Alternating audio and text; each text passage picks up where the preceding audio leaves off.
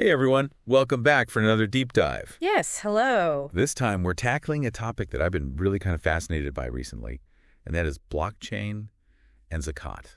Interesting. It's amazing to think about how this cutting-edge technology could potentially impact something as fundamental to Islam as Zakat, which, as everyone knows, is all about social good and wealth redistribution. Yeah, it's really intriguing, especially when you look at a country like Indonesia. They've consistently been ranked as the most generous country in the world for 5 years running, according to the Charities Aid Foundation. Yeah, that's a pretty impressive track record. It is. For this deep dive, we're turning to an academic article. Okay. It's called Blockchain Zakat in Zakat Management Organizations, Is It Necessary? Interesting title. It's from the Journal of Enterprise and Development. Okay. And our mission today is to kind of unpack that question. Right. Can blockchain technology actually enhance Yeah. the transparency and efficiency of Zakat management? Yeah, and potentially boost trust in donations, too. Exactly. That's a big one. Huge. So the article kicks off by highlighting the remarkable growth of Zakat collection in Indonesia. Okay. And they give some pretty impressive numbers. Lay it on me. From 2002 to 2020, Zakat collections surged from 68.39 billion Indonesian rupiah Wow. all the way to 12.43 trillion. Okay, hold on. So that's like what, an increase of... It's massive, right? Yeah, I mean, that's astronomical. Yeah. What factors contributed to that kind of growth? Well, major events definitely played a role. Like what? For example, after the 2004 AC tsunami and the 2006 Jogja earthquake, Right. Zakat donations shot up by over 95%. That makes sense. People coming together in times of crisis. Exactly. It's a natural human response. Right. But it wasn't just those events, when the COVID-19 pandemic hit in 2020. Of course. We saw another interesting trend. What was that? More and more Zakat organizations started to use digital platforms. Makes sense. Donations through these online channels Yeah. jumped from about 48% before the pandemic to almost 79% during the pandemic. So technology was already changing how people were giving even before the pandemic. Absolutely. But what about the other side of the equation? What do you mean? How are those funds actually being managed? Right. The article delves into that too, right? It does. And this is where things get really interesting. Okay, I'm all ears. You see, traditional Zakat management systems often face some inherent challenges. Such as? Well, one major issue is what's known as information asymmetry. Okay, break that down for me. What does that mean? In simple terms, it means that not everyone involved has access to the same information, Gotcha. which can lead to a lack of transparency and accountability. So you're saying there's a potential for people to not know where their donations are going Exactly. or how they're being used. Right. And that can obviously erode trust. For sure, if you don't feel confident that your money is being used effectively, you might be less likely to donate in the future. Right. And it can also lead to moral hazard. Okay. Explain moral hazard to me. It's basically the risk that someone might misuse funds if they think they can get away with it. Oh, I see what you mean. So a lack of transparency can create opportunities for corruption, Unfortunately, yes. and that's where blockchain comes in. It could, potentially. Fill me in. How could this technology address these challenges? Well, imagine a digital ledger Okay. that's spread across a network of computers. I'm picturing it. Every single transaction is recorded in a block, and that block is then added to a chain. Okay, hence the name blockchain. Exactly, and this chain is permanent and time-stamped. So there's a record of every transaction ever made. Right, which has some major implications for Zakat. Okay, I'm starting to see how this could work, but Yeah. what makes blockchain so different from, say, just keeping records in a regular database? That's a good question, and it comes down to three key features: Hit me with them. immutability, decentralization, and transparency. Okay, let's unpack those one by one. Sure. It's immutability. It means that once a transaction is recorded on the blockchain, Yeah. it can't be changed or deleted no matter what. So it's like a permanent tamper-proof record. Exactly. No going back, no fudging the numbers. Okay, that sounds pretty secure. It is. So if I were to donate through a blockchain system, Yeah, I could be confident that my contribution was recorded accurately absolutely. and that there's no way for someone to manipulate that record. Exactly. No more wondering if your money actually went to the intended cause. Okay, I'm liking this so far. What about the second feature? Decentralization. Right. So instead of having a single authority controlling the ledger, Yeah. like a bank or a government agency, With blockchain, the ledger is distributed across multiple computers. Okay, so it's not like one central point of failure? Exactly. This makes it incredibly difficult to hack or manipulate the system. Sounds like a pretty robust system. It is. It's designed to be very secure. And lastly, what about transparency? This is where blockchain really shines. I'm intrigued. Tell me more. With blockchain, anyone on the network can see the entire transaction history. Whoa, so it's like a public record of every Zakat payment ever made? In a way, yes. So no more hiding behind closed doors. Everything is out in the open for everyone to see. Precisely. It's all about accountability and transparency. That's a game changer for Zakat. I mean, just imagine donors being able to actually trace their contributions and see how they're being used. That would build so much trust. Absolutely, and it levels the playing field for everyone involved. It's like bringing Zakat management into the 21st century. Exactly. So the article proposes a model, right, where all of the different stakeholders in Zakat, payers, recipients, Zakat organizations, auditors, everyone, right, they're all connected on this blockchain platform. That's the idea. So let's say I want to make a Zakat payment. I could do it directly through this platform. You could? And every step of that transaction would be recorded on the blockchain.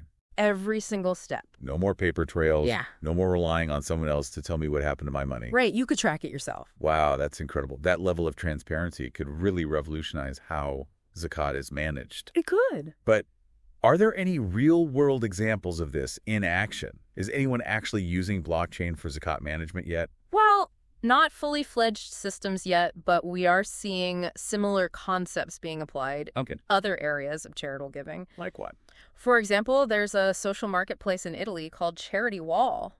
I've never heard of that. They use blockchain to create a transparent marketplace where people can donate to various causes. Oh, wow. So it's not just a theoretical possibility. No, it's actually happening. We're seeing real-world applications that demonstrate blockchain's potential for social good. Right. And you mentioned earlier that the article highlights even more advantages. It does. Of using blockchain for Zakat management. Yeah. Beyond just the transparency and security aspects. Absolutely. What are some of those other advantages? Well, one that really stands out, especially for a country like Indonesia with its large unbanked population, is the potential for universal banking. Okay, now you've got my attention. Universal banking. Yeah. How does that connect to Zakat? Imagine a world where you don't need a traditional bank account to participate in the financial system. I like where this is going. With blockchain, anyone with a smartphone could have a secure digital wallet. Oh, wow. They could send and receive money. So they'd have access to financial services that they couldn't get before. Exactly. So we're not just talking about making Zakat more efficient. We're talking about giving people access to financial tools that could help them build a better life. That's the kind of impact we're talking about. That's huge. Empowering individuals and communities through technology. This has been incredibly insightful, but before we move on, can you summarize the key takeaways from this part of our deep dive? Sure. I think the main points to remember are, first, we've seen how the growth of Zakat in Indonesia highlights its importance and the increasing role of technology in charitable giving. Right. Secondly, we've explored how blockchain, with its immutability, decentralization, and transparency, offers a really powerful solution to the challenges of traditional Zakat management. Absolutely. And lastly, we've touched upon the potential of blockchain to empower individuals. Right, through that universal banking concept. Exactly, and to unlock new possibilities for Islamic social finance. That sets the stage perfectly for our next discussion. It does. Where we'll delve deeper into how a blockchain-based Zakat system could actually function in practice. Looking forward to it. Me too. This is going to be fascinating. It is. Okay, so last time we dove into the theoretical side of things, right? We did. We saw how blockchain, with all its features, could really shake up how Zakat is managed. It could. Offer more transparency, efficiency, security, all that good stuff. But now I want to get practical. Okay. How do we actually implement a blockchain-based Zakat system? Right. I mean, it can't be as simple as just like flipping a switch. You're right. It's definitely not that simple. So where do we even begin? What are the first things we need to consider? Well, infrastructure is key. Okay. We're talking about a system that needs to be able to handle potentially millions of transactions. Right, especially in a country like Indonesia with a large Muslim population. Exactly. So we need a very robust blockchain network that can handle that kind of volume. Okay, so scalability is important. It's crucial. We need to make sure the system can grow and adapt as more people come on board. Right. But what about security? Good point. I know blockchain is supposed to be super secure. It is. But are there any vulnerabilities that we need to be aware of? So you're right. Blockchain itself is very secure. Okay. But it's like building a house. You can have the strongest foundation in the world.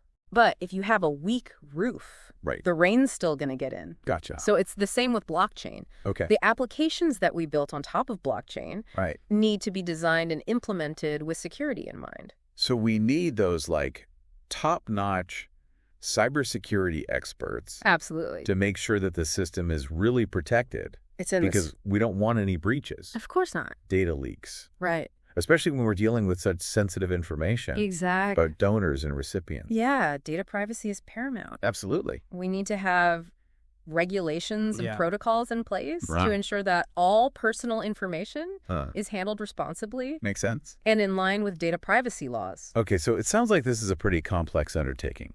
It is. It's not just about the technology itself. It's about building a whole ecosystem around it. That's secure and scalable and respects everyone's privacy. Exactly. And let's not forget the human element.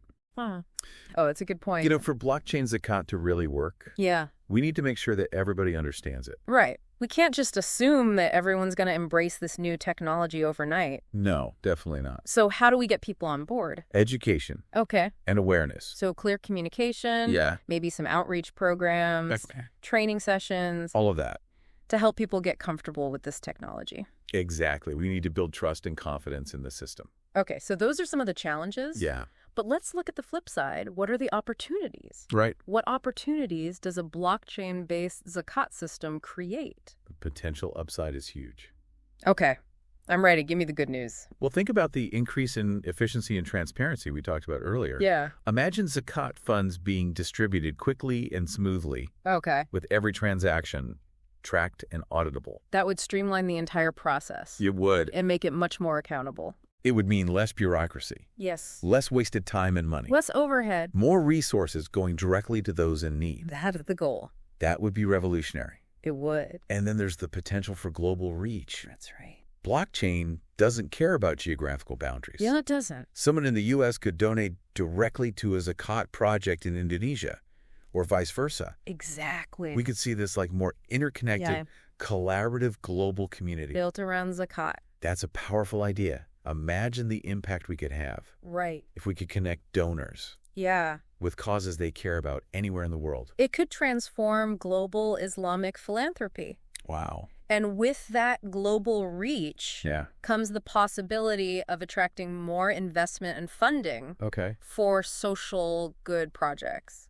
So we could see new avenues for Islamic social finance opening up. Absolutely. Okay, so we're talking about increased efficiency, transparency, global reach, new funding opportunities.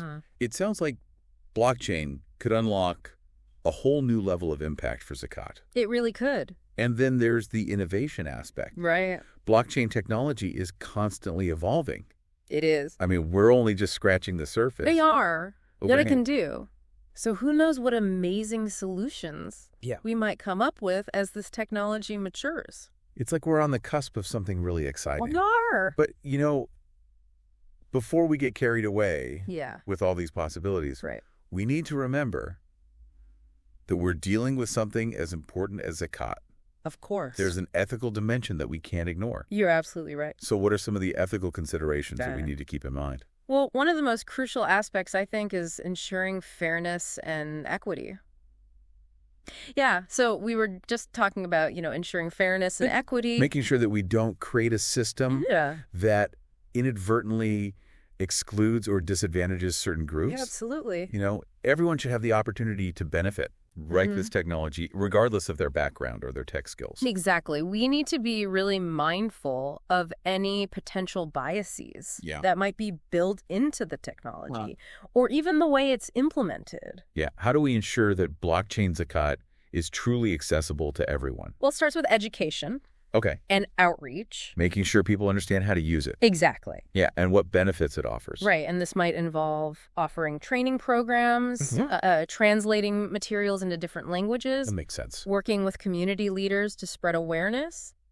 We've talked a lot about empowering individuals through universal banking. We have. Can you expand on that a little bit? Sure. How would blockchain Zakat actually change the lives of people who are currently excluded from traditional financial systems? Well, imagine a world where anyone with a smartphone can access a secure digital wallet regardless of their location or their income. So they could receive Zakat funds directly without needing a bank account. Right. Without relying on intermediaries.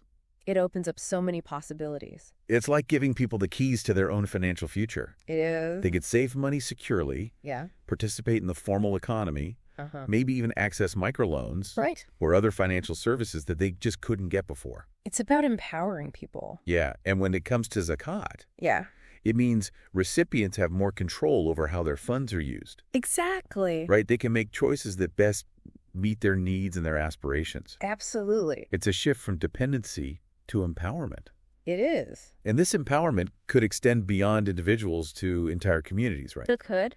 Think about a blockchain platform that connects donors directly with communities. Right. Cut out the middlemen. Reduce administrative costs. Ensure that more of those donations are going directly to where they're needed most. It's about transparency and accountability. Donors can see exactly how their contributions are being used. Communities have more ownership over their own development. Precisely. It's about creating a more equitable and participatory system for charitable giving. And this ties into the idea of Islamic social finance. It does. Which we've touched on a little bit. Yeah. How could blockchain contribute to the growth of this sector? I think blockchain could really be a catalyst for innovation in Islamic finance. We could see the creation of new financial instruments that are Sharia compliant and attract investment from a wider range of sources. Things like Zakat-based bonds or sukuk. Right. Instruments that could fund social good projects. Absolutely. Create jobs. Stimulate entrepreneurship. Contribute to sustainable development. It's about unlocking the potential of Islamic finance to create a positive social impact. This has been an incredible deep dive. It has. We've explored how blockchain could transform Zakat management, empower individuals, strengthen communities, even reshape the landscape of Islamic finance. It's a powerful technology. It's clear that this technology has the potential to be a powerful force for good. I completely agree. What's the key message you want our listener to take away from this discussion? You know, I think that the most important thing to remember is that technology is a tool. It's up to us to use it wisely. Exactly. To create a better world. Right. Blockchain has the potential to revolutionize Zakat. And to make a real difference in the lives of millions of people. Absolutely. But it's going to take vision, collaboration, and a commitment to ethical principles. Right. To make that vision a reality. Right. Well said to our listener. We encourage you to continue exploring the potential of blockchain. Absolutely. Not just in Zakat, but in other areas as well. The future is full of possibilities. It is. It's up to all of us to shape it for the better. I agree. That's a perfect note to end on. Thanks for joining us on this deep dive into blockchain and Zakat. It was a pleasure. We hope you learned something new. And that it's inspired you to think about how technology can be used to make a positive difference. Absolutely. Until next time.